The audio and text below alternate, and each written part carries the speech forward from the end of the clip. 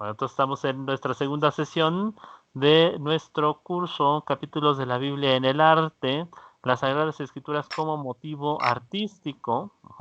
El día de hoy, dentro de nuestra primera unidad, el módulo El mundo antiguo y el medioevo, abordaremos el tema, o un tema, bueno, que a mí me gusta mucho, especialmente porque soy bibliófilo, las Biblias decoradas. En la clase anterior hablamos sobre los manuscritos judíos medievales. En esta ocasión nos ocuparemos de los manuscritos en el mundo cristiano, cómo se elaboraban, la significación que tuvieron para la espiritualidad del mundo medieval. En un uso, la fabricación de los libros a mano, que se mantuvo incluso hasta bien entrado el siglo, bueno, los siglos XVI y XVII, sobre todo como uso litúrgico.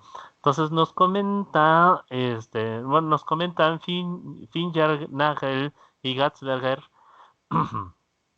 Durante los luminosos meses del verano, monjes y legos pasaban más de 12 horas al día encorvados o acuclillados y plenamente concentrados en copiar con una caligrafía estandarizada y con escrupulosa precisión los textos de las Sagradas y también más evangeliarios y epistolarios, además de textos litúrgicos o escritos de los padres de la Iglesia y de los antiguos gentiles para la gloria de Dios. Entonces, recordemos que la impresión llega a Europa, estamos hablando más o menos para 1450, 1460, la fecha exacta no la tengo en este momento presente, pero esto significa que durante miles de años en Europa y en todo el mundo, los libros, los textos se han producido siempre a mano. Entonces esto conlleva un proceso bastante largo de preparación de los materiales, de educación de los propios escritores y, bueno, siguiendo la costumbre medieval también un acabado artístico que le diera una mayor dignidad a los textos, ¿no? Entonces, primero, ¿no? En verdad, en Europa, en general en todo el mundo, ajá, mmm, producir un texto, no solamente por la noción misma del escribir, ¿no? El gusto de transmitir una información, sino que el elaborarlo manualmente no era una labor sencilla, ¿no? Entonces, todos los materiales que se usaban en la escritura en la Edad Media y en la Antigüedad eran hasta cierto punto caros, difíciles de manejar, no accesibles para todo público, y eso hizo a lo largo de la historia del libro un artículo de lujo. Entonces, quien tenía un libro, simplemente en el hecho de la posesión, estaba ya presumiendo su situación económica, su posición social. Hoy día para nosotros, hasta cierto punto, han perdido ese estatus, ya no los vemos exactamente como señal de economía, a veces ni siquiera de cultura, puesto que en ciertos medios, ¿no? Lo popular es la adquisición de los libros electrónicos, los PDFs, ¿no? Que son más amigables con el ambiente, se nos dice, pero bueno, si bien son amigables con el ambiente, son terribles para la vista. Igualmente lo podemos decir de los libros electrónicos, ¿no? Entonces, todavía quedamos algunos románticos que nos gusta esta idea de la plataforma física del libro, ¿no? Este libro que incluso cuando lo compras, ¿no? Todavía huele a tinta fresca, ¿no? El olor del papel nuevecito, que recién ha sacado de su plastiquito, pero, ¿cómo podríamos decirlo, no? Esos son gustos modernos que se corresponden a un mundo industrial. En aquella época, este gusto por lo físico del libro incluía también su calidad artística. Precisamente como los libros se producían de manera exclusiva, restringida y con materiales de alta calidad, entonces el acabado de estos materiales era exquisito, ¿no? Entonces, esta es la idea. Y también lo que se producía así eran libros sagrados y también de vez en cuando tuvieron la fortuna de llegar a una plataforma artística algunos otros textos, ¿no?, que fueron fundamentales para la Edad Media y posteriormente para la emergencia de una nueva época, el llamado Renacimiento.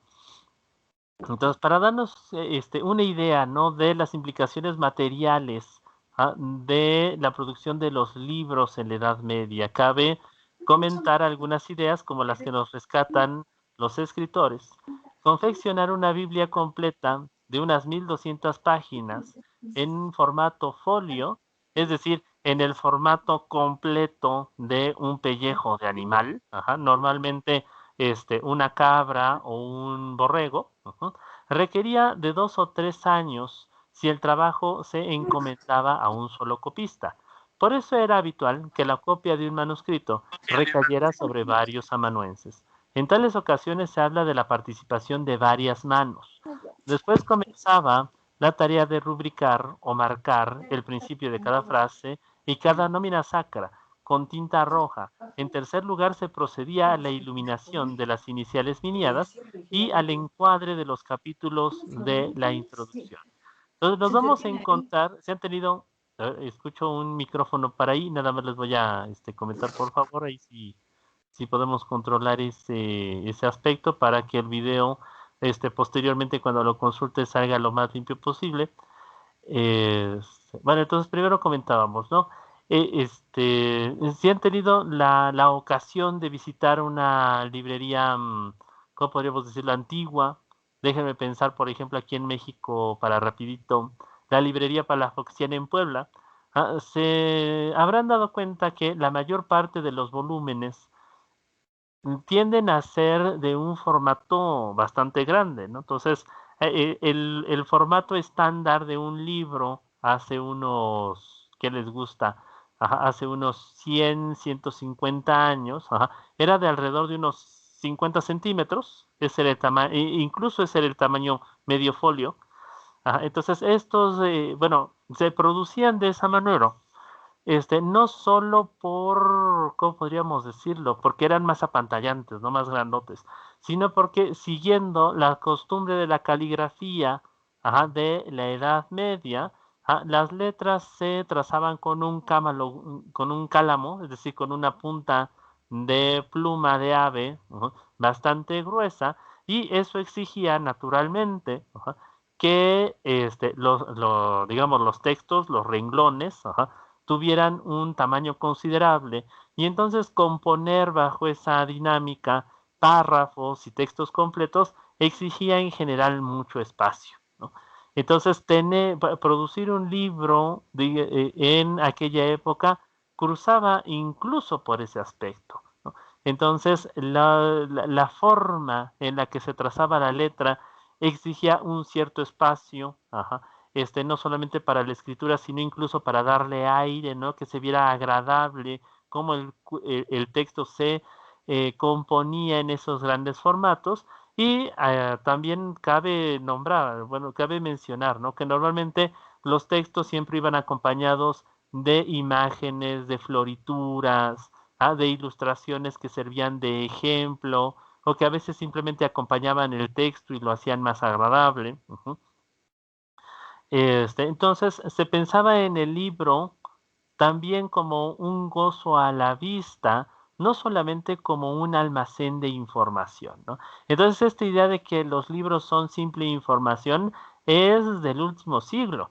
En verdad, durante la mayor parte, ¿cómo podríamos decirlo?, de la historia del libro mismo, se ha pensado en su formato como algo que tenía que gustar, que tenía que agradar, ¿no? Sobre todo porque hasta cierto punto la lectura puede ser tediosa y tener estos entretenimientos visuales pues servía, ¿no?, para darle una cierta vida, rescatar la atención, ¿no?, de la persona que estaba leyendo. Entonces a ratos podía estar leyendo y a ratos podría estarse entreteniendo con las ilustraciones y bueno, todos los materiales de ilustración también en este aspecto, pues involucraban ciertos aspectos fundamentales de técnica, también incluso de costo de los materiales. Entonces, normalmente se trabajaba con colores extraídos de origen vegetal o de origen animal.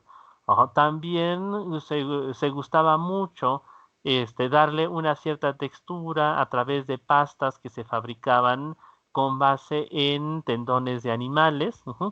Y sobre todo en los libros más exquisitos, también se gustaba mucho de se me va el nombre, se gustaba mucho del sobredorado, ¿no? Entonces, para darle una luminoso.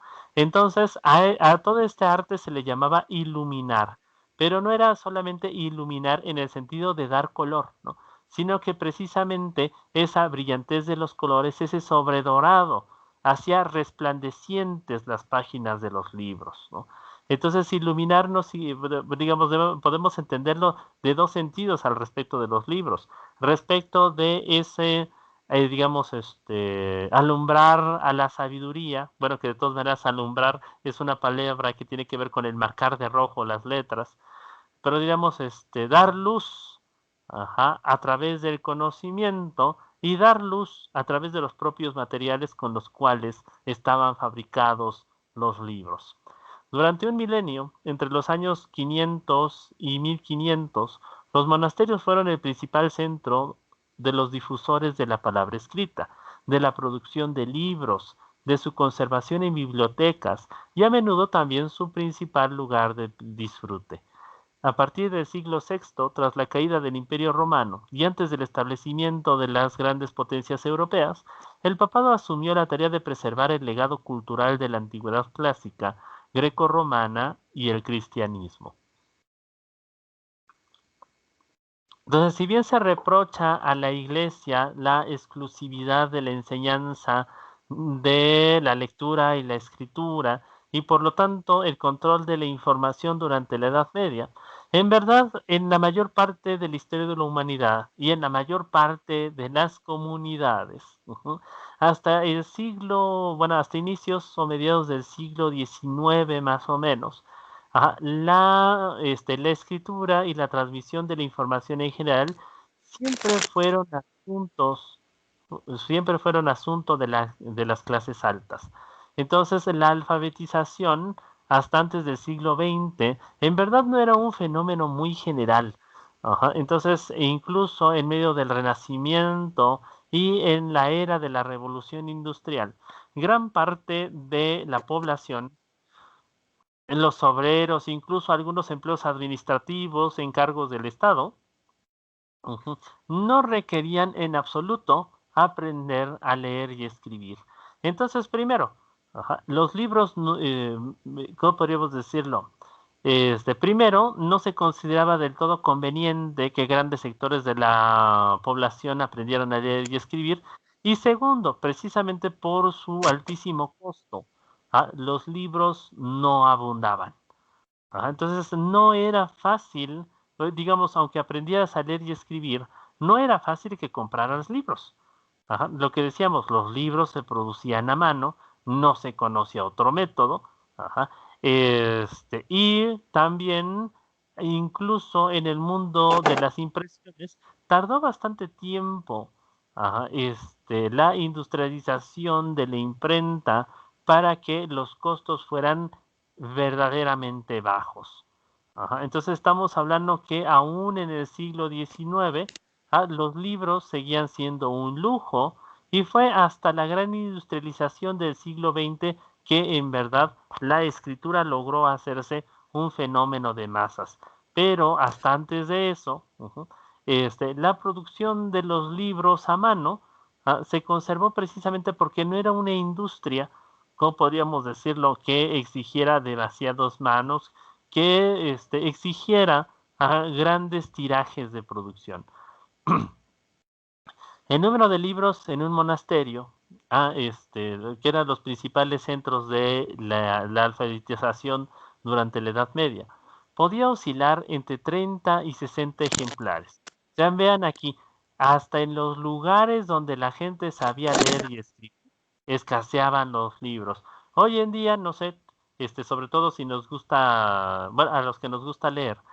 No creo, bueno, hoy en día creo que serían pocas las bibliotecas personales, o sea, de la gente que en verdad le gusta leer y escribir, tienen alrededor, no sé, de unos 30 libros, ¿no? Entonces sería algo así como, ¿cómo podríamos decirlo? Quizá nada más los libros de la escuela, ¿no? Que tuvieras 30 o 60 volúmenes, pero yo creo que muchos de nosotros, muchos bibliófilos, tenemos más de 100 ejemplares en nuestra biblioteca personal, ¿no? Entonces imagínense, 30 libros para todo el monasterio. Pues simplemente no se daban abasto, ¿no? Por eso la mayor parte de los libros eran precisamente para uso litúrgico, para el uso público. Hacia el siglo XVII, digo, hacia el siglo XII, eran muy pocos los que contaban con más de 100 volúmenes, o sea, los monasterios. Una de las excepciones la constituía, por ejemplo, el cenobio benedictino, es decir, el monasterio benedictino de Lorsch, que se benefició en gran medida de la política cultural carolingia y que, según un catálogo del siglo IX, albergaba alrededor de 590 códices, ¿no? Entonces estamos hablando de una biblioteca bastante generosa para la Edad Media. Hoy en día sería, no sé, para una biblioteca escolar sería apenas iniciante. Pero precisamente la producción de los libros se va a ir intensificando conforme avanza la Edad Media y sobre todo pasando más o menos el siglo X, porque diversas órdenes religiosas, al contrario de lo que podíamos pensar, van a hacer un énfasis muy fuerte en la tenencia de libros, la lectura y la escritura, es decir, como una parte fundamental de la vida de los religiosos. Entonces aquí hay un hecho poco conocido de la Edad Media en general. En verdad habían muchos párrocos, y esto puede sorprendernos completamente, que sabían leer y escribir. Normalmente, los curas, los párrocos, se aprendían la misa en latín de memoria y así le impartían al público. Hubo varias ocasiones, aunque quisiéramos pensar que esto es radical, pero hubo varias ocasiones en que los propios sacerdotes no sabían lo que estaban recitando. Y esto era un fenómeno hasta cierto punto general, incluso entre los monjes, es decir, incluso entre las personas que habían dedicado completamente su vida a la religión. Entonces, precisamente para evitar esos problemas, sobre todo diversas órdenes que partieron de la vida benedictina, bueno, de la regla benedictina, como primero la orden de Cluny, y posteriormente la orden de los cartujos y del cister, hicieron como requerimiento oficial para sus monjes aprender a leer y escribir y también tener libros con los que pudieran estudiar la palabra divina.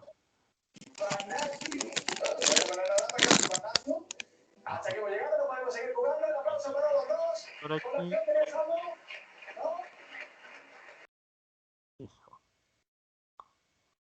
Y nada más hay una disculpa, pero decíamos para que salga limpiecito el sonido en el video. ¿Qué estábamos?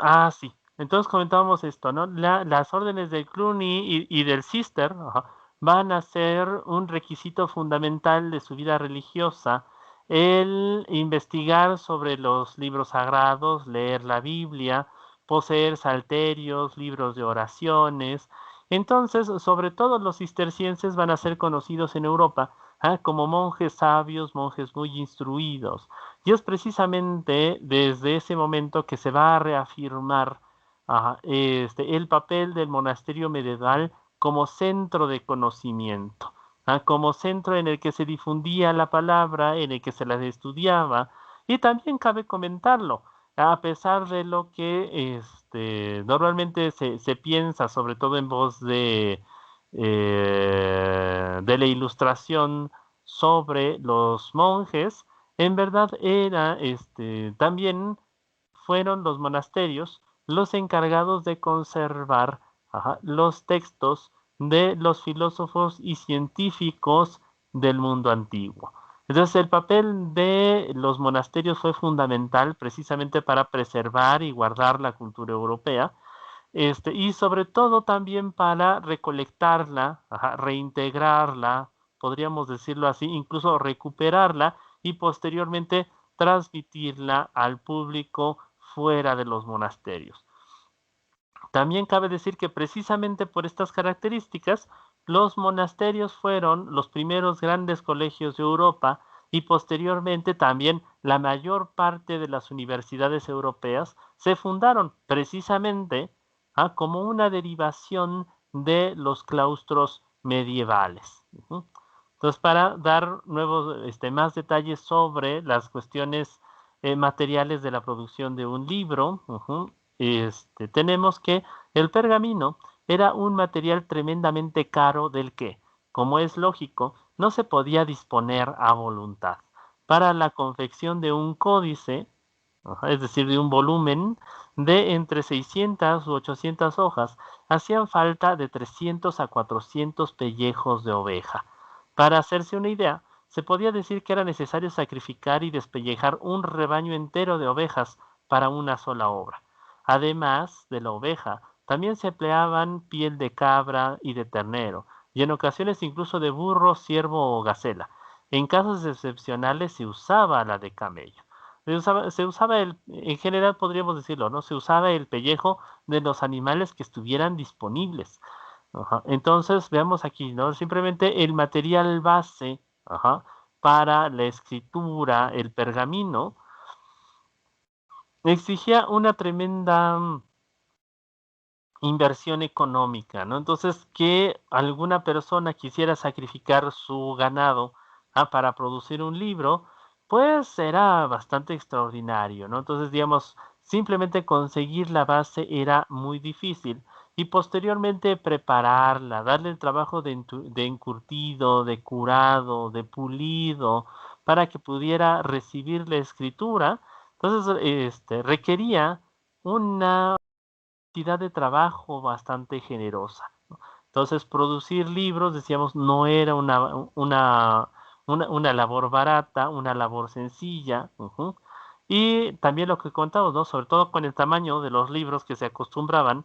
Entonces, los de folio, entonces el tamaño folio, es el tamaño del pellejo completo del animal.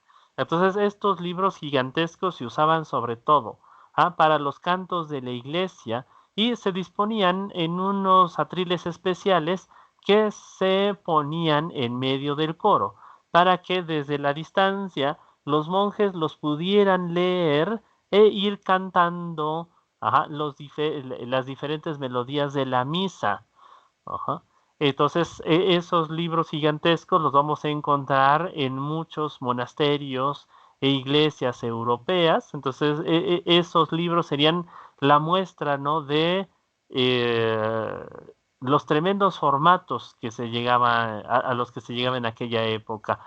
El formato, diríamos, el segundo formato era medio folio, es decir, media piel de animal, que podía rendir un poco más si era un tamaño, podríamos decirlo, un poquito más, más pequeño, más manejable.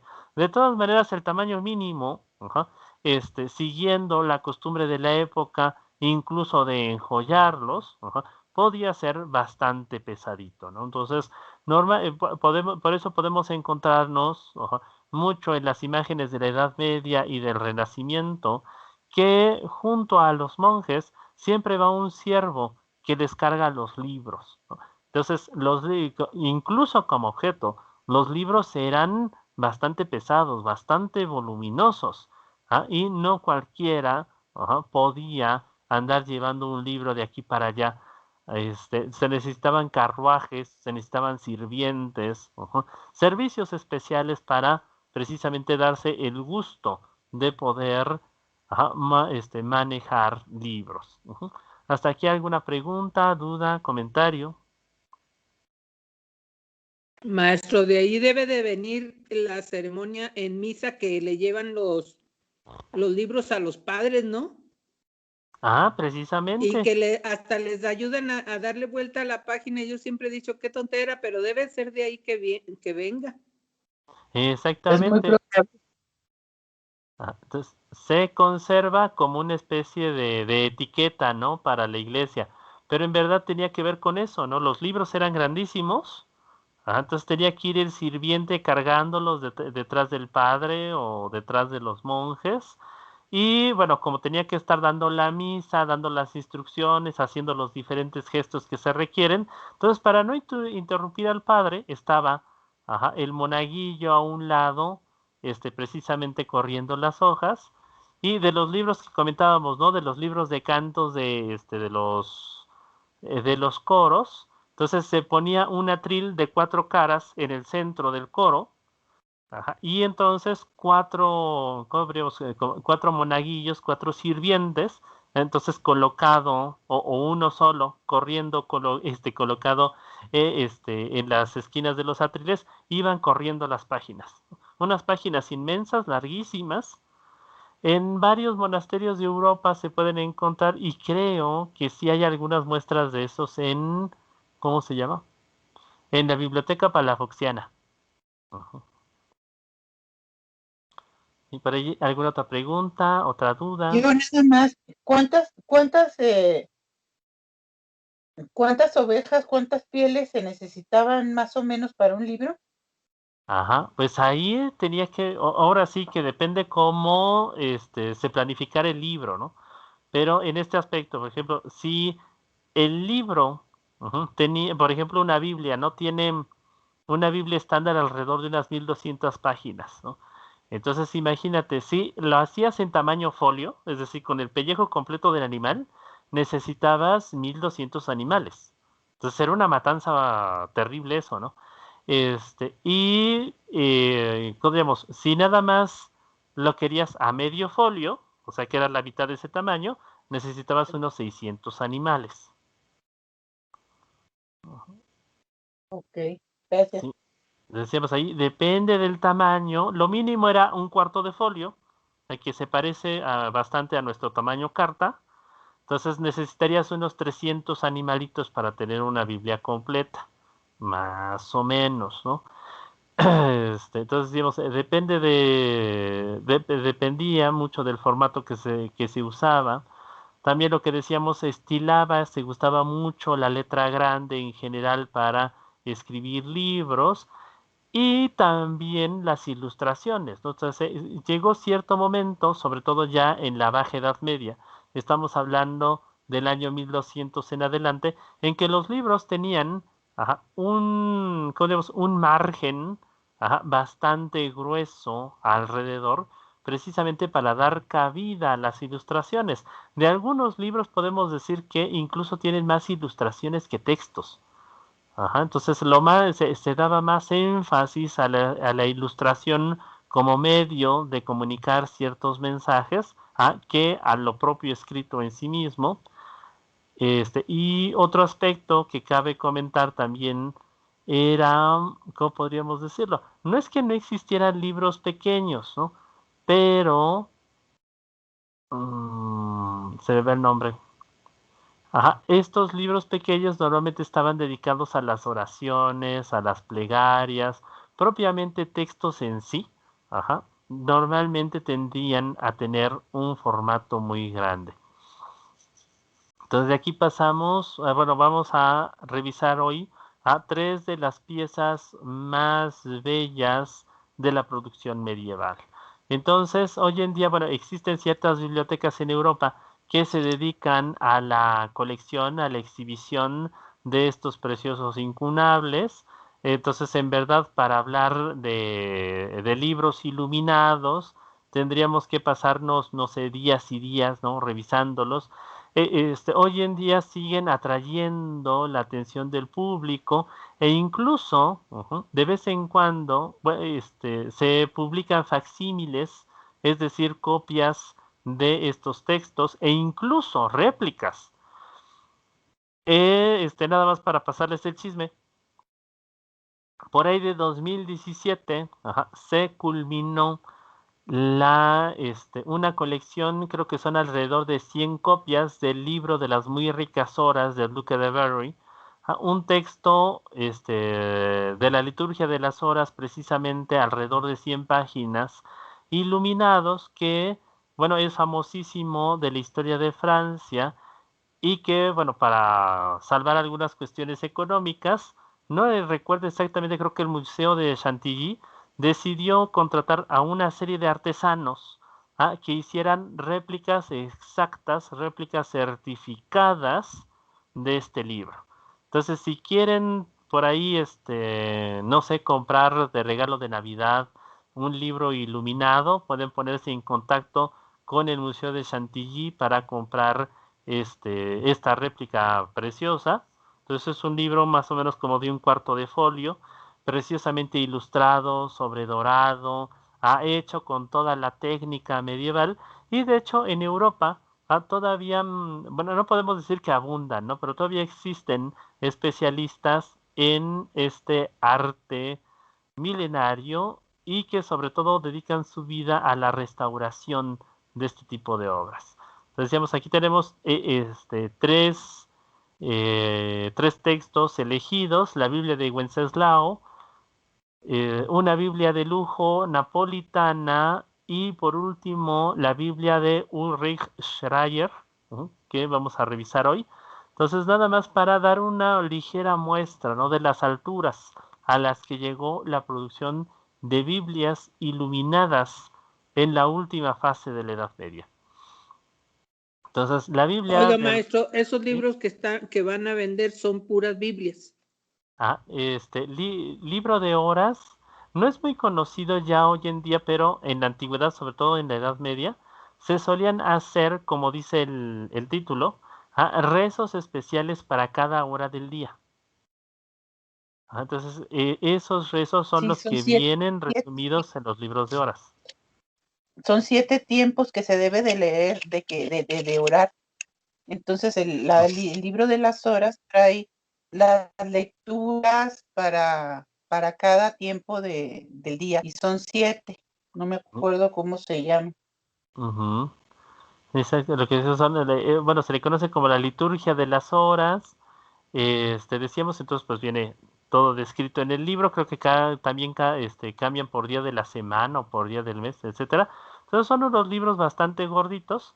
Digamos, hoy en día ya mucha gente bueno, desconoce de ello, pero son bastante, ¿cómo podríamos decir? Bueno, en aquella época no eran muy usados. También, bueno, si quieren por ahí un poquito, podríamos, ¿cómo podríamos investigar de esto? Entonces hay una edición, no sé si la hayan vuelto a sacar.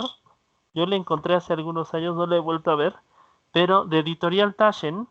Si no van a, bueno, si quieren ver, más muestras de libros iluminados, porque no abundan en general textos especializados sobre eso, pueden buscar. Les recomiendo, que es de donde salieron algunos de los textos que les voy a compartir. Las obras maestras de la iluminación, de Ingo Walter y Norbert Wolf. Es un libro, tamaño medio folio, bastante grandecito, que tiene precisamente una muestra en página, digamos, bastante grande. Bueno, de hecho, tiene varias imágenes a pantalla completa, digamos, a página completa, en el que se puede ver muy bien el detalle con el que se fabricaban estos textos en la antigüedad. ¿Cómo se llamó, perdón? Es Obras Maestras de la Iluminación.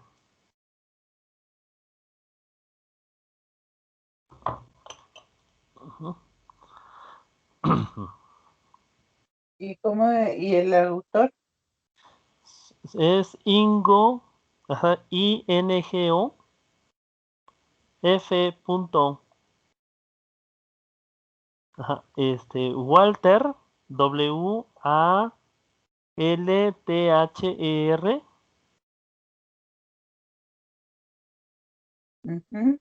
de Editorial Taschen.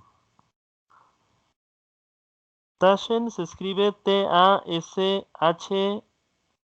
Ah, no, S-C-H-E-N. Taschen.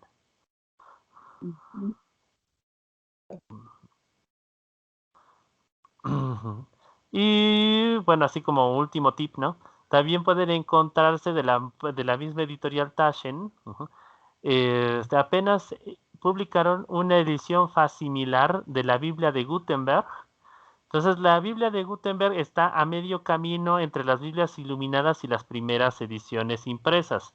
Entonces, por un lado, el texto impreso es, ¿cómo podríamos decirlo? Con una letra gótica, así como se escribieron los libros más bonitos de Europa. Entonces está en tiene una tipografía gótica, precisamente, y reproduce también las imágenes, los dibujos que contenía la primera Biblia impresa. Entonces, Gutenberg, para poder editar su Biblia, sabiendo que a la gente de aquella época les gustaban los libros iluminados, imprimió el texto e hizo decorar los márgenes de su Biblia. Entonces, por ahí sí, no podríamos decirlo, si quieren consultar, está esa edición en Taschen. El problema es que el texto está en latín, pero si me lo quieren regalar, no sé, por ejemplo, yo no me enojo, ¿eh? Es una edición bastante bonita. Y de hecho, Taschen tiene también otra edición, que es la Biblia de, ¿cómo se llama?, de Lutero, que también igualmente está impresa con letra gótica y reproduce las miniaturas que tenía la primera edición de esa Biblia. Entonces, está rescatando algunos textos antiguos, y creo que sí se puede conseguir el libro de las muy buenas horas del Duque de Berry en ediciones impresas. Entonces, no sé exactamente a cuánto esté la edición de la réplica, pero sí sé que hay ediciones impresas. Entonces, si quieren consultarlo, y son libros, ¿cómo podríamos decirlo?, que vale la pena incluso por el valor artístico, ¿no? Entonces, si uno no sabe leer latín, y más latín gótico, que es otra cosa, simplemente el espectáculo de las páginas es un deleite ahí para los que no quieran explorar esa opción, ¿no? Entonces, de aquí seguimos brevemente sobre los textos del día. Entonces, la Biblia la Biblia de Wenceslao, encomendada por Wenceslao IV, emperador del Sacro Imperio Germánico, va a ser elaborada en el marco de la reforma religiosa, muy poco conocida, muy poco comentada hoy en día, que antecede a la aparición de Lutero. Entonces, en verdad, Lutero es, podríamos decirlo, nada más la punta del iceberg de una serie de movimientos religiosos que surgieron en los principados alemanes desde el siglo XII en adelante.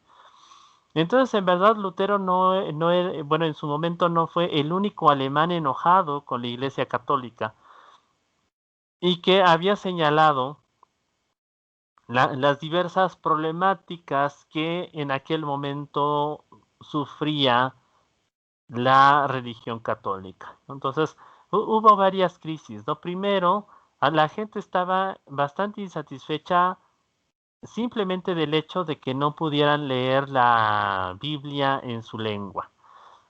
Precisamente porque la liturgia latina tradicional de la Iglesia, con el paso del tiempo, como el latín había dejado de ser una lengua de uso corriente, pues más que sentirse como una liturgia, era más bien entendida como una especie de distancia, ¿no? Como de cierto desprecio de la Iglesia.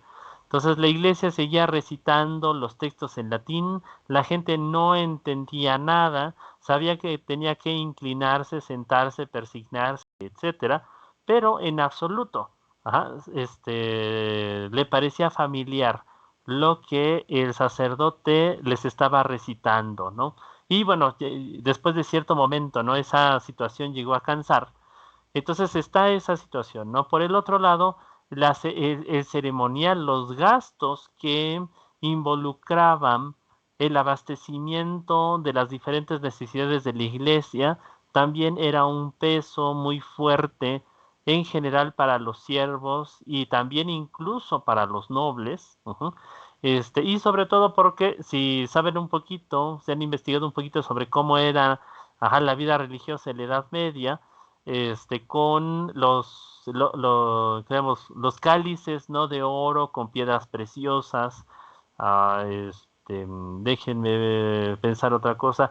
Igualmente la vestimenta de sobredorado de los sacerdotes, las decoraciones ostentosas que solía haber en las iglesias. Entonces, pues en general la gente veía que había mucho lujo en la iglesia y muy poca preocupación del papado por acercar la religión a la gente. Y también por lo mismo, como la gente tenía que recitar sus oraciones en latín, tenía que decir un montón de incoherencias que no entendía, entonces en verdad no había una verdadera vida espiritual, ¿no?, de los creyentes cristianos. No se sentían satisfechos con lo que decían, con lo que recitaban, que ni siquiera sabían lo que estaban diciendo, con lo que decía el padre y nadie le entendía, etcétera. Entonces empezaron a surgir diversos movimientos en contra de esa actitud de la iglesia. Y en Europa Occidental, en Alemania en específico, el rey Wenceslao va a financiar una de las primeras traducciones de la Biblia al alemán, a la lengua franca. Entonces, la Biblia de Lutero va a ser el monumento definitivo a este esfuerzo, pero cabe reconocerlo aquí, ya tenía sus antecedentes. Y también para hacerla, bueno, ahora estoy resumiendo lo que aparece en las, ¿cómo se dice?, en las diapositivas. Entonces, para darle un, ¿cómo podríamos decirlo? Entonces, bueno, el rey Wenceslao asume esta misión, asume esta tarea de acercar la Biblia a la gente, pero también lo hace en contraparte, desde la posición de ventaja, de poder y sobre todo de lujo que debe tener cualquier obra patrocinada por la monarquía y sobre todo por un emperador, ¿no? Entonces el texto está en alemán, es accesible a todo público, pero en verdad la plataforma final es un volumen, por un lado, precioso, lleno de florituras, de heráldica, de vocales miniadas, ¿cómo podemos decirlo?, de oro por todas partes. Ahí diríamos que en contraparte el texto en verdad no era tan accesible para todo público, ¿no? También cabe decirlo, esta obra, lamentablemente, precisamente por lo ambiciosa que terminó siendo, no fue acabada, no terminó de ser iluminada, se queda más o menos como en la página 1000, que de todas maneras es un trabajo bastante generoso para aquel momento, y tuvo que ser trabajada, precisamente para poder complacer los gustos del emperador por por un taller bastante grande de artistas. Cuando Wenceslao IV asumió el poder en 1378, la iglesia y con ella la nobleza de Bohemia estaba dividida en dos bandos por el cisma. Al mismo tiempo, el movimiento de la devotio moderna, un movimiento popular encabezado por diferentes líderes que buscaban la renovación de la espiritualidad alemana, había cuajado ya en amplios sectores de la población de Bohemia, con todo su potencial reformista. En esta situación, el joven monarca asumió el papel de garante personal de la renovación de la iglesia y del imperio. Posteriormente, que creo que es como su bisnieto, Carlos V, fue en contraparte el líder de la contrarreforma católica. Entonces el bisabuelo era un rebelde completo y el bisnieto terminó siendo el garante, como podemos decirlo, la bandera de la iglesia, ¿no? O sea, cómo cambian las generaciones y a veces resultan ser más rebeldes los abuelos o los bisabuelos que los nietos, ¿no? Entonces, esta idea de la modernidad, del progreso, normalmente queda en entredicho muchas veces por estas situaciones históricas. Entonces, bueno, estos libros, bueno, también parte del lujo de estos libros tiene que ver no solamente con, ¿cómo podríamos decirlo? Por ejemplo, el oro, ¿no? O los pellejos de los animales, sino incluso con los materiales más sencillos que se usaban para ¿cómo diríamos? Para su escritura y su iluminación, ¿no? Entonces, podemos ver, por ejemplo, aquí que es característico de este libro, dos colores importantes, dos colores muy bonitos y, ¿cómo podríamos decirlo?, que saltan a la vista, ¿no? El azul, y el rojo. El rojo de alumbre, que era obtenido del óxido de mercurio. Y el azul lapislázuli, que es obtenido precisamente moliendo finamente una piedra preciosa, el lapislázuli, que tiene este color verde, este color azul tan particular. Normalmente otros colores, como por ejemplo en este caso el amarillo, se obtienen mezclando al lapislázuli, tenemos ciertas arenas de color amarillo. Es eso también lo que le da este color esmeralda tan bonito, tan particular, a los adornos de esta Biblia. Entonces, es también de aquí de donde se guardan algunos de las cuestiones más curiosas de la Edad Media, ¿no? Primero, el lapislázuli, que estamos viendo, básicamente se vendía a su precio en oro. Entonces, en algunas zonas, estas ilustraciones tienen literalmente oro. Entonces, imagínense, el color azul costaba lo mismo que las motitas de oro que guarda este texto. Y el alumbre que vemos aquí, hay un cierto capítulo al principio En el nombre de la rosa, que comenta la existencia en la Edad Media de libros que eran a propósito marginados con sustancias venenosas para evitar que la gente indeseable tocara esos textos sagrados. Pues, ¿cómo podríamos decirlo? No es del todo el relato de Humberto Eco imposible, pero tiene que ver no solamente, digamos, con una mala intención de los monjes, de que quisieran envenenar los libros para que la gente no los tocara, sino que las sustancias con las que estaban coloreados eran venenosas. Entonces hasta, digamos, los propios monjes que decoraban estos textos podían quedar envenenados. Entonces, normalmente, bueno, ¿cómo podríamos decirlo, no? No era nada recomendable hacer esto que mucha gente hace de humedecerse el dedo, ¿no? Para correr las páginas de los libros. Entonces, el alumbre, el azul de cobalto, por ejemplo, que se usaba muchas veces, son sustancias por sí venenosas. Y bueno, por un lado, no era que la gente de aquella época no lo supiera, sino que sobre todo no había otra manera de obtener colores tan bonitos, tan vivos para los libros. Así que, bueno, simplemente los monjes tenían que trabajar con, ¿cómo podríamos decirlo?, la advertencia, ¿no? De que el trabajo era peligroso. Ahí podemos observar los detalles del sobredorado. Muchas veces estos sobredorados eran adosados en la página con simple, pero muy efectiva, clara de huevo.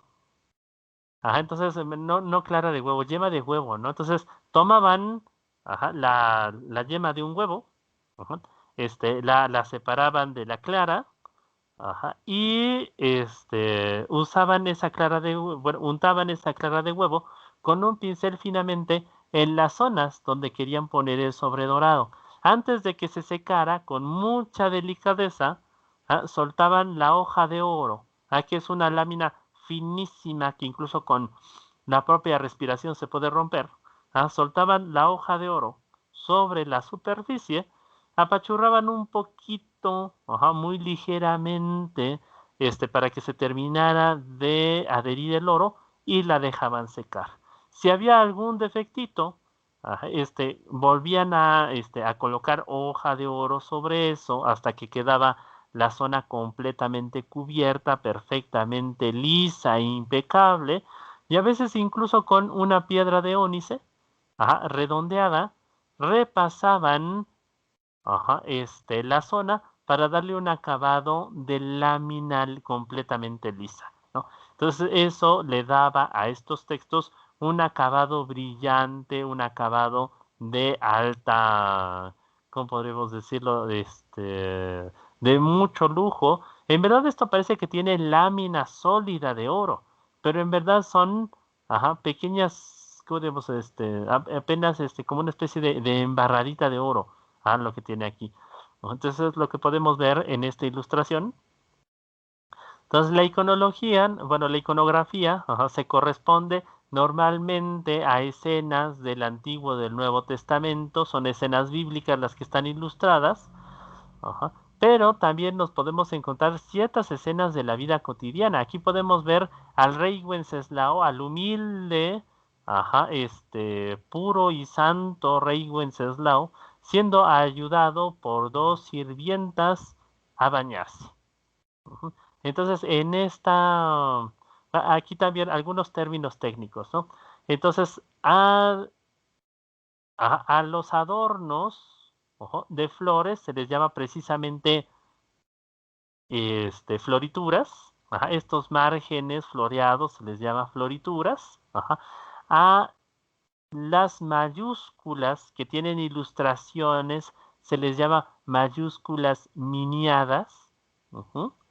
Y a estos, ¿cómo se llama? Estas líneas que sirven para establecer el espacio donde se encuentran las letras y los renglones, se les llama registros. Entonces podemos ver aquí cómo el espacio de la página, la justificación, se llama lo que queda afuera, y cómo la justificación está llena de adornos. Entonces es particular de los textos de la Edad Media. Y podemos ver que a veces incluso los detalles más pequeños, precisamente de las florituras, de las miniadas, están muchas veces detallados generosamente, ¿no? Entonces, lo que estamos viendo aquí, esta pequeña floritura con lo que parece ser un colibrí, y se llama esto, un moño, este manto envuelto, de manera caprichosa para formar un elemento decorador, no debe tener más de 2 centímetros, de altura. Y entonces en esos 2 centímetros, con pinceles finísimos, el decorador ha pintado esta avecita, este manto con todas sus luces, sus sombras, con su color precioso, e incluso podemos ver que se dio el lujo de ponerle unos puntitos de oro al animal, ¿no? Entonces una cosa así pequeñita, ¿no? Entonces de lo que de las maravillas que uno se puede encontrar en estos libros con miniaturas, la copia de la traducción alemana de la Biblia realizada por él, que fue la mejor y la más moderna, no solo constituyó una señal de amor a la belleza del libro, inherente a un bibliófilo, sino también la expresión de un cambio radical en las relaciones entre la corona imperial y el alto clero. Como era de esperar, la arrogancia del monarca frente a la iglesia se reflejó en una iconografía extraordinariamente suntuosa. Entonces, uno de los tópicos de ese momento histórico fue lo que se conoció a finales de la Edad Media como la lucha de las investiduras. Entonces, la lucha de las investiduras consistió en una confrontación entre el Imperio Alemán y varios reinos europeos contra la Iglesia. Entonces, digamos, eran dos posiciones políticas importantes, ¿no? Entonces, el emperador, como representante del poder político en la tierra, como gobernante de todos los cristianos, creía que también merecía, por lo mismo, tener el máximo poder religioso y la máxima autoridad en el Imperio Románico Germánico. En contraparte, el Papa, el máximo representante de esta posición va a ser Gregorio X. Entonces el Papa, digamos en contraparte, en una posición paralela, defiende que precisamente por ser él el representante de Dios en la tierra, el vicario de Jesús en el mundo y la máxima autoridad religiosa, también debe detectar la máxima autoridad política. Era por eso que en la Edad Media y en el Renacimiento los reyes eran coronados por los papas. Entonces esto va a formar dos partidos políticos muy importantes en la época y va a llevar incluso en algún momento al exilio del Papa de Roma. En su confrontación contra el emperador va a tener que huir de Roma y refugiarse en Aviñón para pues, poder salvar la situación. Entonces, decíamos, el libro está patrocinado por el rey. En un momento en que la iglesia quiere abrogarse el mayor poder político y que sobre todo por los usos y costumbres de la iglesia estaba absolutamente prohibido, incluso en algunas ocasiones bajo pena de muerte, primero, poseer una Biblia. Y segundo, tanto o más retador, más, que digamos, más pecaminoso aún, el traducir la Biblia a la lengua vernácula. Entonces, una de las cuestiones que aseguraban el poder de la Iglesia Católica era precisamente tener el monopolio de la lectura y la interpretación de la Biblia. Si se traducía la Biblia bueno, en este caso al alemán, entonces relativamente cualquiera podía leerla y entonces la exclusividad de la iglesia se perdía en ese momento. Entonces, si el rey patrocina la producción de la iglesia, lo que está, mejor dicho, la producción de una Biblia, el alemán, lo que está diciendo es que la autoridad no tiene poder, la iglesia no tiene autoridad sobre su territorio, ¿no? Entonces es un acto terrible, mejor dicho, absolutamente rebelde para los estándares de aquel momento. En el proyecto tuvieron que participar al menos 9 iluminadores. Entonces al menos 9, ¿no? Además de floreadores y de otros ayudantes auxiliares. Se desconoce cómo estaban organizados, si trabajaban conjuntamente en un taller de la corte o en varios talleres que proveían a las necesidades imperiales. Pero está muy claro que algunos pliegos del manuscrito, no todos, se confeccionaron en estrecha colaboración. Es decir, que la unidad de estilo de la mayor parte de las ilustraciones nos hace pensar que había un acuerdo entre los diversos ilustradores y de hecho se sabe que existió una especie de director que fue quien fue coordinando los trabajos de las ilustraciones, que hasta cierto punto iba repartiendo los temas, los detalles, las instrucciones para los diversos ilustradores para darle una cierta unidad a la decoración. Entonces podemos ver, ¿no? Lo que decíamos, la interacción entre el texto en letra gótica, que también aquí hay algo importante, ¿no? Esta letra gótica, incluso para la época, era un tanto difícil de leer, ¿no? Entonces eso es una forma de mantener un cierto secreto, ¿no? Al respecto de los propios textos. Entonces, si hay una cierta voluntad de hacerlo popular, si hay una cierta voluntad de traducir el texto al alemán, pero aún así no cualquiera lo puede leer porque precisamente incluso estar acostumbrado a este tipo de letra era muy poco usual en aquel momento. Otra cuestión también, bueno, la letra gótica evoluciona de la letra uncial, que era de hecho una forma de escritura más clarita, más parecida al script que conocemos el día de hoy.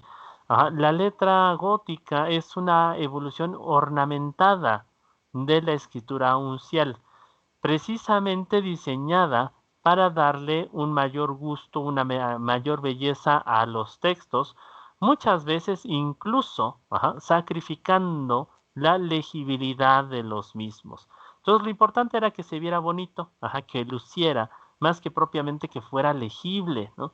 Todos los criterios de legibilidad en aquella época eran, ¿cómo podríamos decirlo?, especiales, y sobre todo porque, de nuevo, ¿no?, lo que querían era asegurar que no cualquiera pudiera tocar estos textos, ¿no?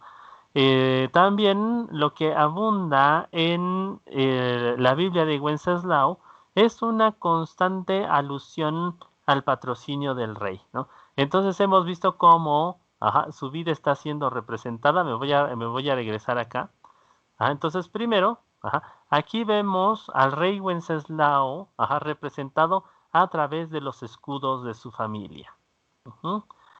Y déjenme ver, creo que está por aquí el... No lo reconozco del todo, pero uno de los personajes que se encuentran aquí en el margen principal, que están acompañando a Dios en los 7 días de la creación, es precisamente un retrato del mismísimo rey Wenceslao. Más adelante, lo que comentamos, el rey, mejor dicho, el emperador, es precisamente quien se está bañando en esta D monumental. Y de nuevo, el que está siendo felizmente peinado, ya que le están ayudando a lavarse la cara, en esta ilustración, de nuevo es el mismo rey, ¿no? Entonces, en todas partes está constantemente recordándole a la gente que él mandó traducir la Biblia, que él la mandó a ilustrar, que él es el que está regalándole a Alemania este precioso texto. Aquí tenemos otro retrato del rey, sosteniendo su propia inicial, la W de Wenceslav. Entonces, lo que podemos ver, ¿no? El texto también conlleva una importante presunción de su autoridad, de su patrocinio, ¿no? Entonces, ese es el libro de Dios, es la escritura sagrada, y tiene que quedar bien claro que la mandó a hacer el rey. ¿Sí, Euge? Que no vimos lo de la W, nada más sigue en la pantalla la D. ¿La D? A ver. Sí. Vamos a ver, aquí se quedaron. A ver, voy a adelantarla y me dicen si cambia. No ha cambiado. ¿No? Pues, denme un segundito. A lo mejor sí. A ver, voy a descompartir. Sí, la W estaba el rey en medio como de 2 pilares, dos, ¿no? 3. Conmigo no cambió, yo la... a ver. Vamos a ver. Déjale, le pregunto a Abraham. Oye, Abraham, en la W era como que se veían dos pilares y el rey en medio, ¿no? Ajá. Sí, Euge. Vamos a ver, ahorita entramos, salimos. Ahora vamos a ver si...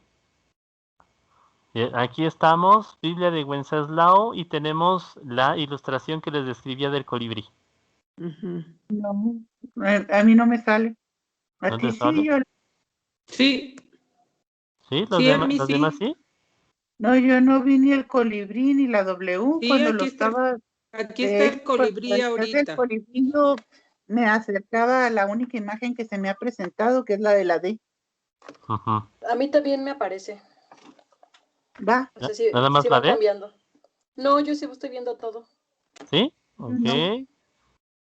No sé. Entonces aquí lo que te recomendaría, creo que es tu señal, Euge, que salieras, no sé, unos 2-3 segundos y regresaras. Ok. Sí, yo creo que ahí tiene que ser tu señal. Porque sí llega a pasar, pero si ya hice el cambio y no funcionó, entonces sí es tu señal. Entonces, hasta aquí, ¿alguna duda, pregunta, comentario? Oye, eso de la letra gótica, ¿cuál es la característica? O sea, se parece mucho como a la de molde, ¿no? Ajá. Aquí está la del rey, ¿no es la del rey, la que Ajá, tú esta es decías? la W que Sí, decíamos del rey. sí, es la que vimos hace ratito. Ajá.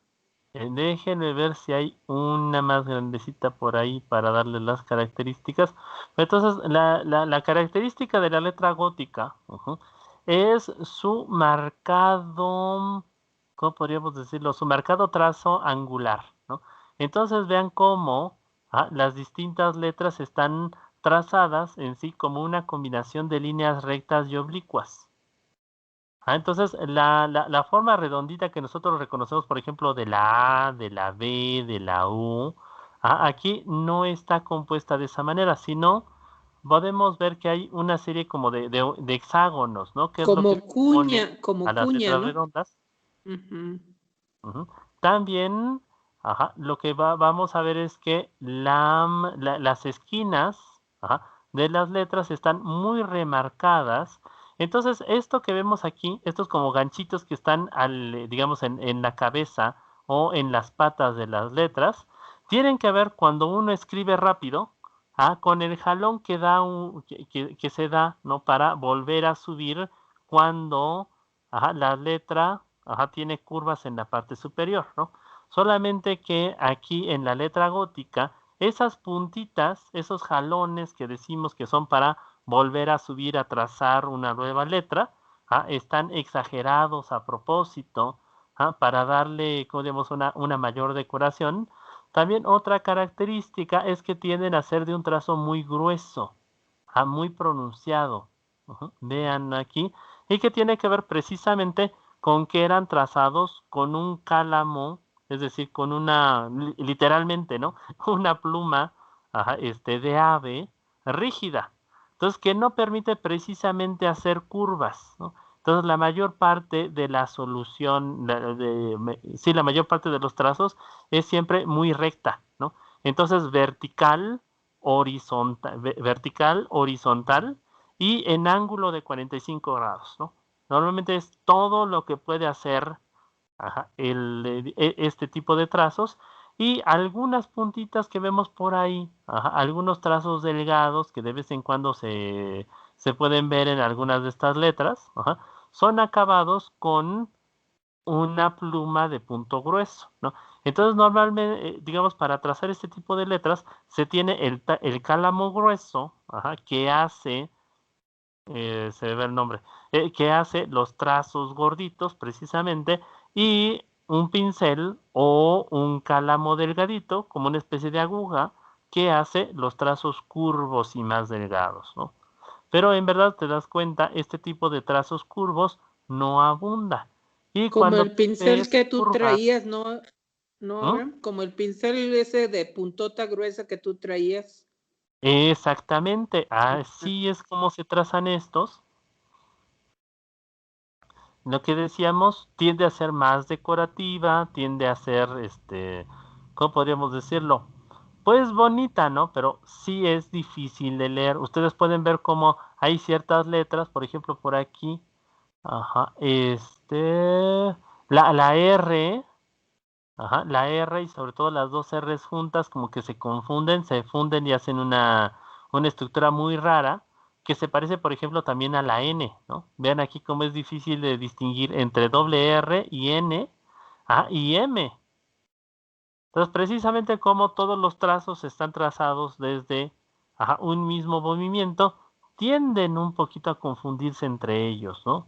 Y lo que decíamos, la redondez, que es lo que caracteriza algunas letras, se pierde, y entonces es difícil, por ejemplo, reconocer una D, una U, esta es una U, de una O,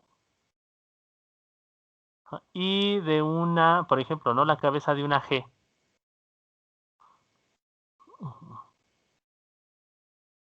Bueno, entonces, de aquí seguimos Oye, avanzando. Abraham, ¿y entonces cuándo es cuando se usa la letra manuscrita? O sea, ¿quién la usa? ¿O es en otros años o en otras culturas? Ajá, bueno, la letra que nosotros conocemos como manuscrita o cursiva se empieza a poner de moda en Europa, sobre todo en España, más o menos desde el siglo XVII. Más o menos del siglo XVI, XVII, sobre todo porque, como recordemos, los españoles no van a conquistar medio mundo, necesitan escribir más rápido archivos, crónicas, ¿qué les gusta? Sí, archivos, crónicas, informes, etcétera. A los españoles van a tener una burocracia inmensa. Entonces esta letra gótica, pues simplemente no se puede usar, ¿no? Para la administración. Lo que van a hacer los españoles, y en este aspecto también se inspiran un poco de la letra árabe, aunque nunca lo van a terminar de confesar, va a ser, por un lado, simplificar el trazo de las letras, y van a cambiar también el instrumento de escritura, ¿no? Van a escribir con un cálamo blando, ya no de cisnes, sino de otras aves, ¿no? Y eso se puede mover más, digamos, para hacer curvas. Y por el otro lado, van a simplificar el trazo de las letras para hacerlo más rápido. Entonces, los trazos, veíamos aquí de la escritura gótica, son muy entrecruzados, son muy, ¿cómo podríamos decirlo? Son muy rígidos, y entonces los españoles los van a hacer más fluidos, más sencillos, para que se pueda escribir más rápido. Entonces, la primera es, hasta donde sé, que aquí que habría estudiar más el dato, la primera escritura cursiva como la conocemos va a ser la escritura, creo que se dice archivística española. Entonces esa va a ser digamos, y para los libros se va a conservar durante bastante tiempo la escritura gótica. Los primeros libros impresos, como la Biblia de Gutenberg, están en escritura gótica. Te investigo el dato. Gracias, Abraham. De nada. ¿Por ahí alguna otra pregunta, duda? Entonces pasamos a la Biblia, la Biblia de lujo, la napolitana. Y de hecho aquí lo que tenemos es un manuscrito, cabe decirlo, ¿no? Primero, la ciudad de Nápoles, y junto con la ciudad de Rávena y otras 2, 3 ciudades italianas, no recuerdo el nombre de todas, como Venecia, Florencia, se volvieron durante finales de la Edad Media en uno de los centros de producción de libros más importantes de Europa. Solamente competían en el norte con ciudades, por ejemplo, como París. Entonces, en Nápoles, se va a poner de moda un estilo hasta cierto punto más sobrio, que hace más concentración en la ostentación del oro, por ejemplo, de un diseño más sencillo en general de las ilustraciones, pero sobre todo para darle preeminencia, ahora sí, al texto por sobre la ilustración. Hay un cierto equilibrio, podríamos decirlo así, pero sobre todo, digamos, en contraparte, en lo que van a destacar digamos, estos textos de Nápoles es en el tamaño, ¿no? Entonces, estas Biblias napolitanas tienden a ser bastante grandecitas, y sobre todo porque tienen que ver en aquella época con una competencia entre los miembros de las cortes italianas por quién posee los textos más grandes y bonitos, pero sobre todo ya encuadrado mucho en lo que se va a convertir con el paso del tiempo en el estilo renacentista, ¿no? Que el estilo renacentista se caracteriza en un primer momento porque conserva ciertos elementos góticos, pero sobre todo va a empezar a ser digamos, una composición de imágenes más sobria, más sencilla, para, en contraparte, dar pie a detalles, por ejemplo, en la observación anatómica, en el trazo de las perspectivas, y también en imágenes rescatadas del mundo griego y romano. Entonces, este manuscrito, adornado con gran profusión de miniaturas, contiene el texto en latín de la Vulgata, así como un salterio, es decir, el libro de los Salmos, encuadernado al final, y el índice interpretativo de los nombres hebreos. La lista medieval conocida como Interpretatio Nominum Hebraicorum. Se realizó en Nápoles hacia el 1360, cuando estaba de moda en la corte las Biblias ricamente iluminadas, sobre todo durante el gobierno de Giovanna I. Entonces, de las pocas reinas que conocemos de la Edad Media italiana en aquel momento, pero que decíamos, ¿no? Era muy propensa al lujo, a la ostentación económica. En la Biblia conservada en Viena participaron 4 miniaturistas en total, que se repartieron el ingente trabajo de la ornamentación, como lo hicieron en otros manuscritos de los que se tiene constancia.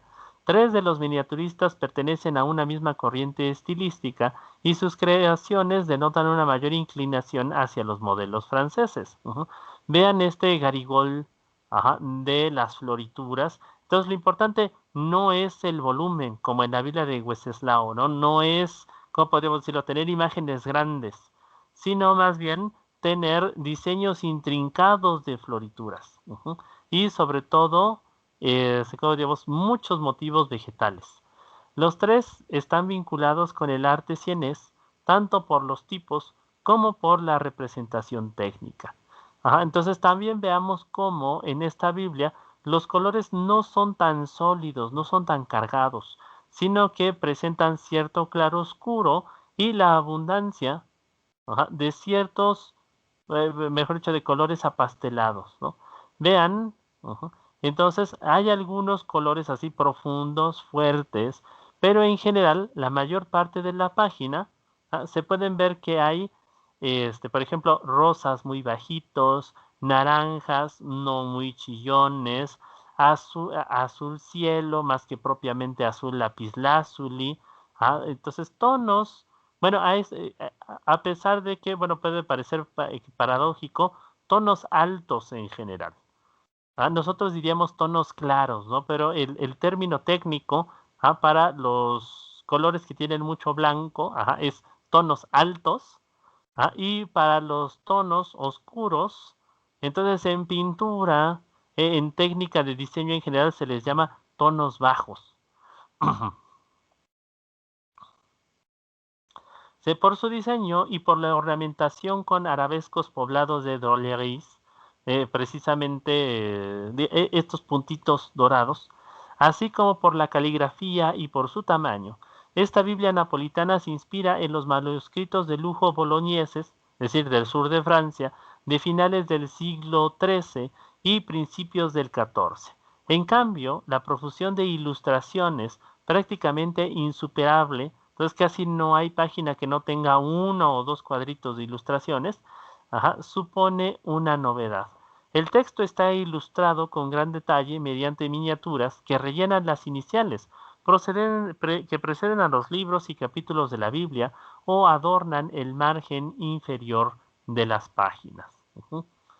Entonces, ¿cómo podríamos decirlo? La tradición medieval más ortodoxa, ¿cómo podríamos decirlo? La tradición medieval más antigua, solamente, también por eso es que aquí lo consideran como una novedad, solamente considera que ¿cómo se llama? Las primeras páginas y también la primer mayúscula de un libro tiene que estar iluminada. También por eso se les llama capitales miniadas, o bien ilustraciones capitales, ¿no? Entonces, para dar a entender que están a la cabeza del libro y lo representan. Entonces, en esta Biblia lo que podemos ver es que la mayor parte de las páginas tienen ilustraciones y florituras. Entonces es donde empieza el gusto de la ilustración por ilustración en sí misma. La iconografía de las ilustraciones, que se repiten en otras Biblias del mismo taller, se inspira en ciclos de imágenes que estaban al alcance de los artistas de Nápoles. Entonces, que en ese momento es, ¿cómo podríamos decirlo? Es uno de los principales focos del Renacimiento. Así, las miniaturas del Apocalipsis se basan en los frescos de Santa María di Donna Regina, realizados después del 1317, en las tablas de Erbach, pintadas en la década de 1330, y el ciclo de escenas del Antiguo Testamento comparte las mismas fuentes que las pinturas murales de Santa María Incoronata, datadas, sin embargo, después del año 1368. También cabe decirlo que la datación de muchas obras de aquella época es relativa, en el sentido de que en verdad la gente no ponía tanta atención en las fechas como lo hacemos nosotros hoy en día. Entonces hoy nosotros, sobre todo por influencia de la informática, ¿no?, tendemos a ponerle fecha a todas las cosas. Los archivos de la computadora, del celular, siempre vienen acompañados con su fechación correspondiente. En aquella época la gente no era tan fijada del paso de los años, de los meses, no serían tenerlo muy en cuenta, aparte de que además no abundaban los calendarios donde uno pudiera estar cotejando constantemente en qué día del año se encontraba. Entonces, la mayor parte de la gente, comentábamos, no sabía leer ni escribir y por lo tanto, pues no iban a estar usando calendarios en general. Y en general, bueno, para los monjes, para la gente de religión, sobre todo lo que importaba era primero el libro de las horas, tener una idea de los 7 ciclos del día precisamente, y ir contando de 7 en 7 los días para llegar al domingo, ¿no? Muchas fiestas, no sé, como la fiesta de San Juan, que era muy popular, la Cuaresma, el Pentecostés, eran sobre todo cuestión de vigilancia de la iglesia, y era la iglesia la que daba el aviso de cuando tuvieran que hacerse ciertos festejos especiales, ¿no? Pero la gente en general, podríamos decirlo así, se la llevaba sin tener demasiada noción del tiempo. Quizá eso es algo que nos falte en en este momento, ¿no? Entonces vemos aquí precisamente una capital miniada. Entonces, al inicio del texto, como lo comentábamos, representando la primera letra del texto, esta capital miniada presenta florituras, presenta su propio marco y justificación y una ilustración. No sabría decirle si es el rey David o algo así, no alcanzo a reconocer el texto del todo. Y en torno del texto vemos, alrededor de la justificación, una gran floritura. Entonces vemos incluso que cómo eran, ¿cómo podríamos decirlo?, de minuciosos, ¿no?, estos artistas.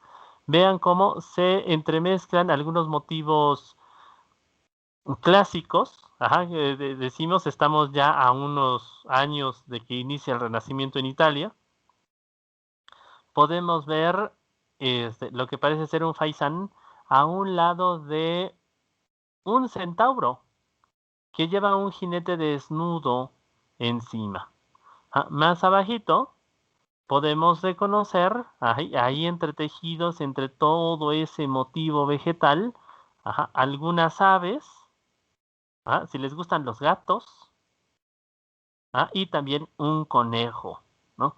Entonces la idea era recuperar motivos, motivos vivos, motivos de la naturaleza, e incorporarlos como meros, ¿cómo podríamos decirlo?, como señal de gusto, ¿no?, dentro de los textos. E igual podemos ir viendo cómo en algunas páginas, no en todas, empiezan a abundar, se me ve el nombre, otras, no capitales, otras mayúsculas adornadas, ¿no? Entonces vean aquí cómo ya, bueno, esto se le llama rúbrica, sobre todo cuando aparece el nombre de Dios, aunque no es regla general. Vamos a ver que las frases correspondientes tienen las mayúsculas marcadas, también decoradas con pequeños motivos, como flores, como garigoles allí, adicionados. Las frases más importantes de algunos salmos están marcadas. Esto se llama rúbrica. Rúbrica es la palabra que está remarcada de rubber, es decir, de rojo. Que hasta hace algún tiempo en la educación primaria se usaba mucho esta idea, ¿no? De marcar siempre las mayúsculas con rojo. A eso se le llama rubricar, marcar con rojo. Y de nuevo era una señal de respeto, ¿no? Sobre todo en los libros sagrados. No sé exactamente por qué razón esto quedó también en la educación primaria y secundaria de nuestro país. Alguna idea sagrada, espiritual debe tener por ahí, pero no sabría en verdad ahorita la referencia. Entonces vamos por último con la Biblia de lujo de Ulrich Schreier. ¿Hasta aquí alguna pregunta, duda, comentario? No, profesor. ¿No? Ok. Entonces también cabe comentarlo, con el paso del tiempo, así como los pintores, los escultores se empezaron a hacer famosos y a firmar, también los miniaturistas empezaron a adquirir renombre y su trabajo la categoría de un arte. Entonces, en un primer momento, ustedes pueden ver, la labor del miniaturista, o mejor dicho, la labor del copista, era hasta cierto punto vista como algo mecánico, ¿no? Como algo que no merecía pues mucho reconocimiento, puesto que habían, sobre todo en el texto, ciertas cuestiones que se repetían. Las ilustraciones siempre pertenecían a un circuito de iconografía fija, qué se representaba, cómo se representaba, cuándo se lo ponía, en qué lugar. Y podríamos decirlo, ¿no? En general, el trabajo de los miniaturistas estaba subordinado a programas que estaban perfectamente establecidos, ¿no? Y que se tenían que respetar precisamente porque pertenecían a libros sagrados, ¿no? Entonces el libro sagrado tenía, por así decirlo, una etiqueta de representación, unos ciertos límites, ¿no? En tanto a las escenas, los elementos, las cuestiones que podían presentarse en él. Pero sobre todo, casi a finales de la Edad Media, cuando se fue popularizando los libros impresos, se dio en contraparte a una independencia mayor de los miniaturistas, puesto que ahora los libros manuscritos estaban compitiendo contra los impresos. Entonces los impresos eran más baratos, cabe decirlo, hasta cierto punto abundaban, podían ser producidos no exactamente en masa, en tirajes de millones como hoy en día se hace, pero podríamos decirlo, tenían un cierto, se podían producir en mayor cantidad. Y en contraparte, los libros iluminados, los libros hechos a mano, tenían el gusto, tenían la ventaja de presentar ilustraciones hermosas. Entonces, para poder llamar más la atención, para conservar a su público, entonces los libros iluminados se hicieron cada vez más lujosos, más bellos. Entonces, esa era la idea. Con el paso del tiempo, incluso algunos miniaturistas empezaron a ofrecer sus servicios para decorar libros impresos. Con esta idea de que lo que le daba valor a un libro, lo que lo terminaba de afianzar, era más bien la ilustración, ¿no? Entonces, aquí pueden ver un cambio ahora.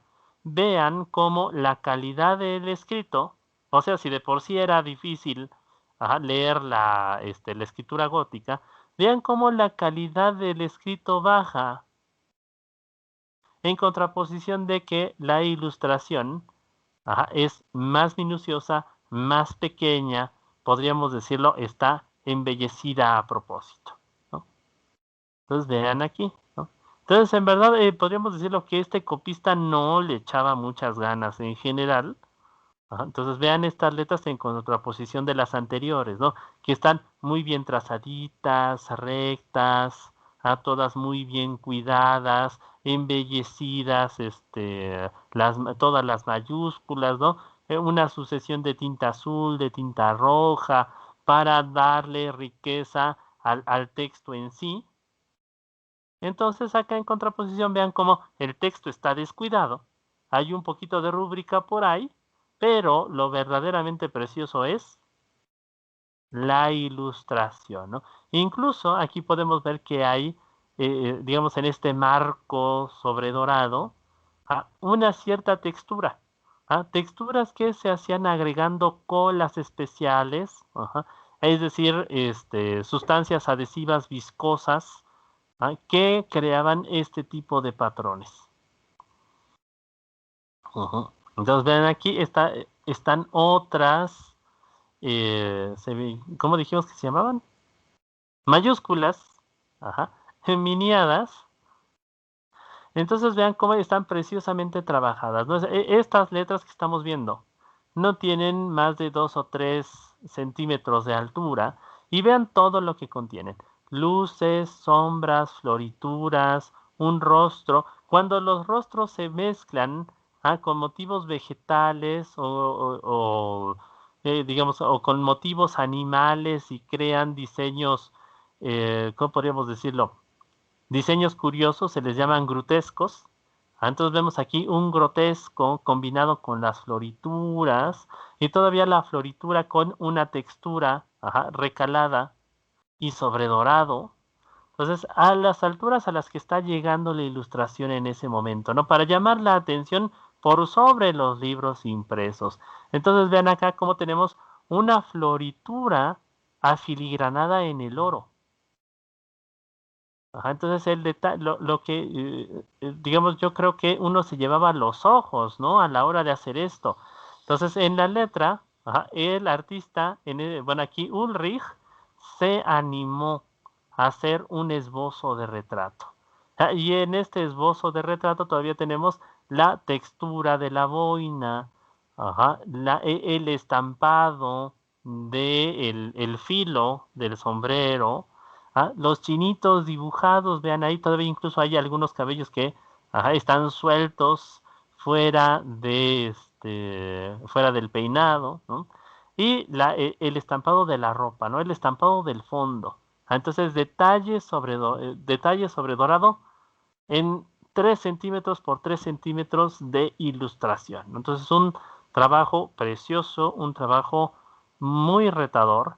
Las causas de este fenómeno fueron diversas, pero reside sobre todo en los precios, muy elevados al principio, y en la ausencia de iniciales ornamentadas en las ediciones impresas, también por motivos económicos.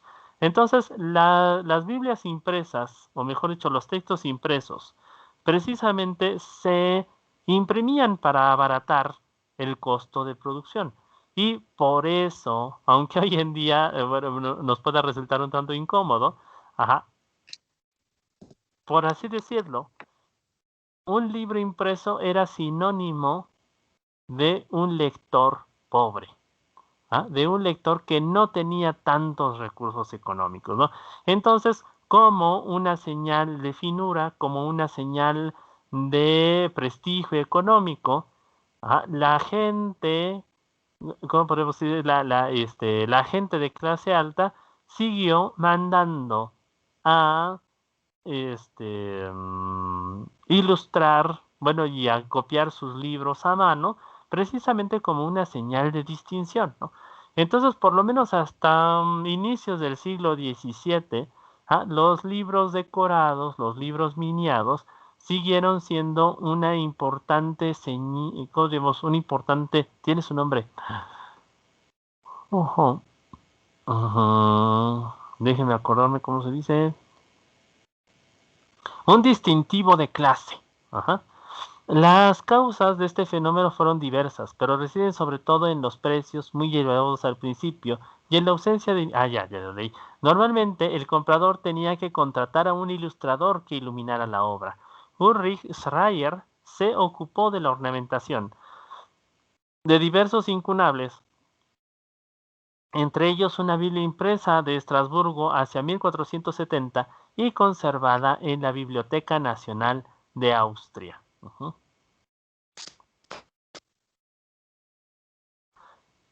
Entonces, ahí, digamos, en contraparte, para poder competir con las ediciones iluminadas, con el paso del tiempo también surgieron ediciones impresas que dejaban el espacio para que los iluministas agregaran los programas de ilustración, ¿no? Entonces veamos por aquí. Ajá, se va. Esta es otra capital miniada. Entonces veamos cómo de nuevo contiene un retrato, contiene un detalle, ¿cómo podríamos decir así? De elegancia, ¿no? La flor, ajá, símbolo de reconocimiento, de cariño, en medio de la vocal, ajá, que presenta florituras, que a su vez está enmarcada y sobredorada con un pequeñísimo detalle de textura, ¿no? De filigrana. Entonces, detalle sobre detalle, gusto sobre regusto. Este manuscrito del Códex 1194, así se llama el manuscrito que estamos viendo, iluminado con esmero y exquisitez, aunque poco prolijo en miniaturas, contiene 63 iniciales floridas y 21 iniciales en colores opacos, en su mayoría ornamentales. Solo 4 ilustran realmente el texto, la de San Jerónimo en el prólogo, la de los 7 días de la creación en el Génesis, el busto de San Juan y en la primera epístola de San Juan, y sorprendentemente la representación de un muchacho sentado en una flor en el Cantar de los Cantares.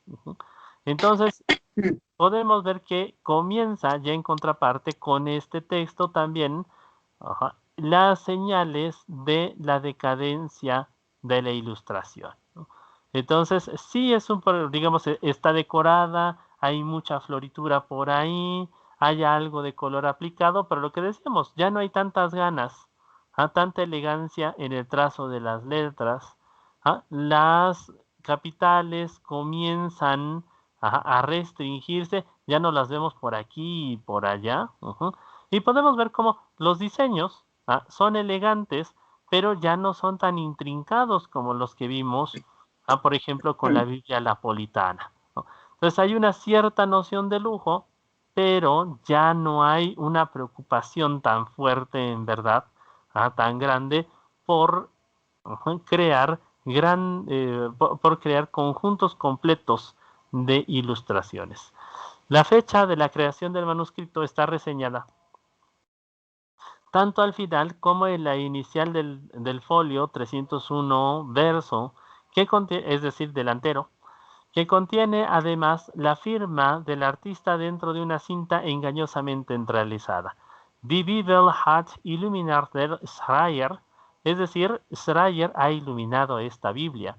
En la actualidad se atribuye a este miniaturista, que también nacía de encuadernador y tenía la costumbre de fechar sus obras, más de 60 libros y otras tantas encuadernaciones. Ahí terminamos. Entonces, por ahí, Gracias. ¿alguna pregunta, comentario, duda? No, esta última Biblia se llamó, porque con eso de que entré y salí, Ajá. ¿cómo se Es la llamó Biblia esto? de Ulrich Schreier.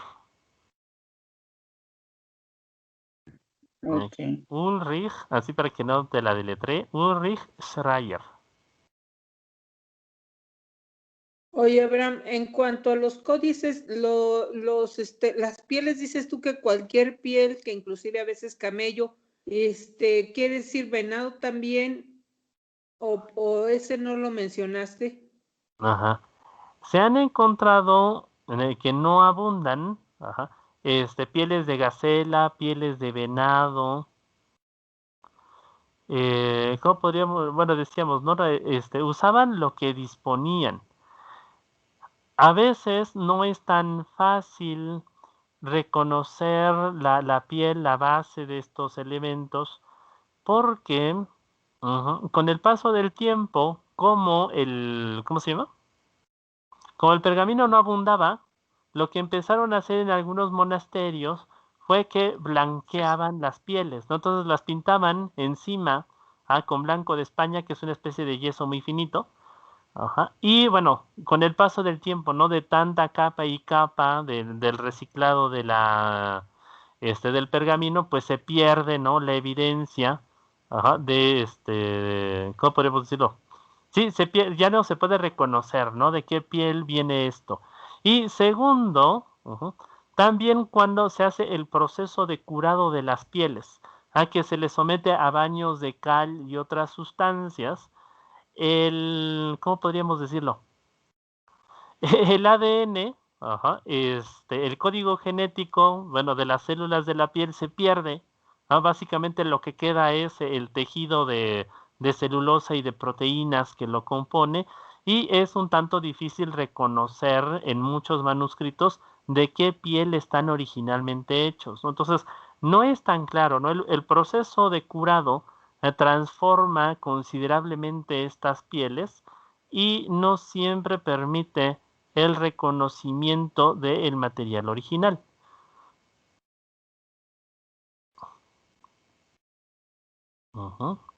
¿Sí? ¿Por ahí alguna otra duda, comentario? Por mi parte, no. No, Rama, yo lo que veo o lo que entiendo, bueno, primeramente unas imágenes preciosísimas, pero realmente pues eran instrumentos de poder, bien como lo mencionas, ¿no? Y yo creo que fue un trastorno cuando se hace lo de la imprenta y se empiezan a multiplicar estos libros. Bueno, imagino que hay todo un movimiento y sí, un movimiento de pues de quitar todo este poder, porque realmente, aunque yo creo que si bien son Biblias, yo creo que eran un concepto diferente a lo que no eran tan medios para evangelizar, que yo creo que hoy en día es como lo conocemos o los manejamos, ¿no? Realmente era otra, pues no, signos de poder, bien como lo dices, de ornamentación y de poder en sí. No, pero la verdad es que es muy bonito. Sí, porque hoy en día, digamos, lo que abunda es digamos, lo contrario, ¿no? Las Biblias son cada vez en formatos más pequeños, más ligeros, más transportables, porque como dices, ¿no? Se usan de instrumento para catequesis, para conversión, para hacer promoción en la calle, ¿no? Y en este aspecto, entonces cada vez son más sencillas, la hoja, ¿cómo se llama? Este papel arroz, ¿no? Creo que hasta cada vez es más delgadito, precisamente para hacerlo más accesible. Bueno, de hecho, ¿no? Aquí entre mis curiosidades, tengo una Biblia miniatura que me conseguí por ahí. Entonces, ahorita para mostrarles. Que es uno de los formatos más pequeños que me he encontrado. ¿Los pueden ver aquí? No. Ay, no. ¿No? Sí. A ver, aquí está, ¿no? Es un formato Sí. pequeñito. Estaba muy cerca. Mira, lo invisibilizó. Entonces, es un formato pequeñito. Entonces, la letra. Sí, Aquí, minúscula, y lo que le queda de lujo, que esto es clásico de las Biblias protestantes, ¿no? Es el sobredorado. Así como esto es todo el oro que queda en la Biblia. Sí. sí, a lo que más pidas. Sí, y entonces esto está pensada, ¿no? Pero yo me imagino, ¿no? Para traerla hasta aquí en la bolsa de la camisa, del pantalón, ¿no? La letra es, pues más o menos legible. Y de hecho alguna vez vi otra todavía más pequeñita. Esa sí no creo que se pueda leer así como para recitar, ¿no? En la calle. Pero digamos, es esta cuestión, ¿no? Entonces, ahora la Biblia, y sobre todo por el espíritu protestante, no tiene que ser algo ligero, manejable, algo compartible, ¿no?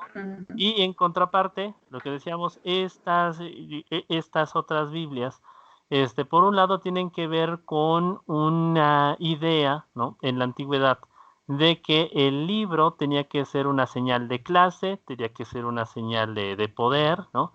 Y bueno, por el otro lado, dentro de los motivos religiosos, precisamente como era la palabra sagrada, entonces tenía que ser honrada, ¿no?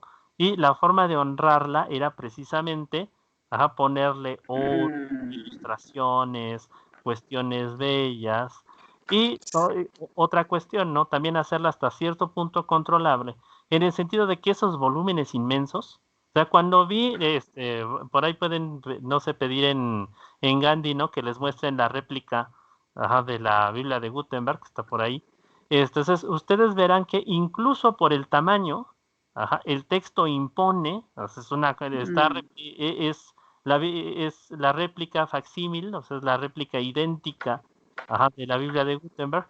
Entonces viene de hecho con una cajita de 2 compartimentos, o sea, pues, sí, para que digamos, la puedas transportar. Es una cosota así inmensa. Entonces también precisamente para que no sean libros que digamos contraparte, ¿no? Que se puedan andar moviendo de aquí para allá.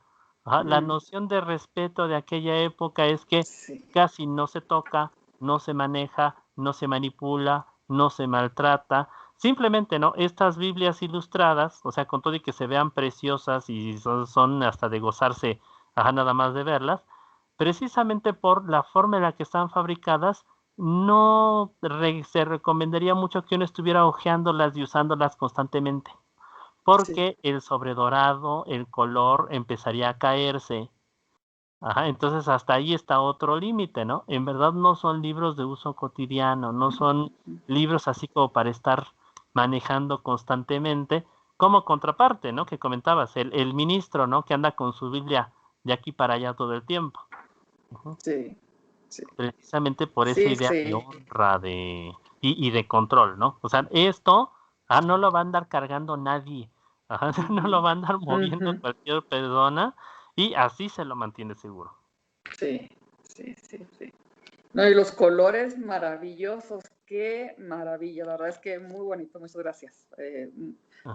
Muy hermosos realmente unos artistas, ¿no? Y toda esta dedicación, y ahí como dices tú, ¿no? Dejaron los ojos y también pues todo el trabajo de producir las pinturas, o sea, todo el trabajo que hay detrás. ¿No? Pues, sí. No, muy bonito, muchas gracias, Alan. No, de nada. Ahí nada más no terminé de comentar todos los tópicos, ¿no? Pero por ejemplo, esto de hacer una Biblia, o sea, tenía también toda su filosofía en aquella época. Entonces, así como momento final de tu vida, ¿no? Como una especie se me ve el nombre, de penitencia, ¿no? Así final. Entonces, hubo varios casos de monjes que dedicaron los últimos momentos, bueno, los últimos años de su vida a copiar una Biblia, precisamente porque en las creencias de la Edad Media se creía que así se podían ganar el cielo. Entonces era una forma así definitiva de como de hacer las paces con Dios por todo lo que habías hecho en tu vida. Entonces acabarte la espalda y los ojos fabricando una Biblia era una manera de pues arreglar las cosas con Dios, ¿no? Y retirarte de una manera amable. Hay una Biblia por ahí que se llama la Biblia del Diablo, pero no exactamente porque la haya producido el diablo ni nada así, ¿no? Sino porque tiene unas ilustraciones gigantescas del Apocalipsis. Y es una Biblia de tamaño folio, la que comentamos que es el pellejo completo del animal, entonces es una inmensidad ese texto. Y bueno, la leyenda dice que precisamente para poder producirla, porque este hombre ya estaba a unos días, ¿no?, de morir, el monje llega a un monasterio, creo que me parece que es por ahí cerquita de Praga, o no me acuerdo si en Italia, y le solicita a los monjes que necesita papel porque va a escribir una Biblia. Entonces primero al abad del monasterio le gusta el ofrecimiento porque pues simplemente ya no había una Biblia en ese monasterio, ¿no? Entonces, si él dice, voy a copiar una Biblia, voy a hacer una Biblia, pues adelante, ¿no? Pero la termina en un día. Entonces, lo que cuenta la leyenda es que precisamente para poder terminar esa Biblia, el monje le solicita ayuda al diablo, pero a propósito para que no se lo lleve, porque eso es la promesa final, ¿no? Cuando logras hacer tus cosas, ¿no? El diablo te lleva. Entonces, para a propósito ganarle al diablo, entonces deja sin terminar la última página, que es precisamente en la que aparece el diablo, y de esa manera se salva, ¿no? Entonces le hace trampa al diablo, se salva, termina la Biblia en un día, el abad queda contentísimo porque la Biblia está completa, pero bueno, uno ve el volumen gigantesco y seguramente que eso no llevó un día, ¿no? Que llevó años de trabajo. Es una cosa inmensa. Y así abundan también historias sobre Biblias, sobre hechos milagrosos en los textos de la Edad Media, ¿no? Que hay así como que estudiar muy aparte sobre aquella época. Muy interesante. Qué bonita leyenda. Bueno, entonces vamos hoy, nada más les aviso, ¿no? ¿Cómo se llama? Las clases se van grabando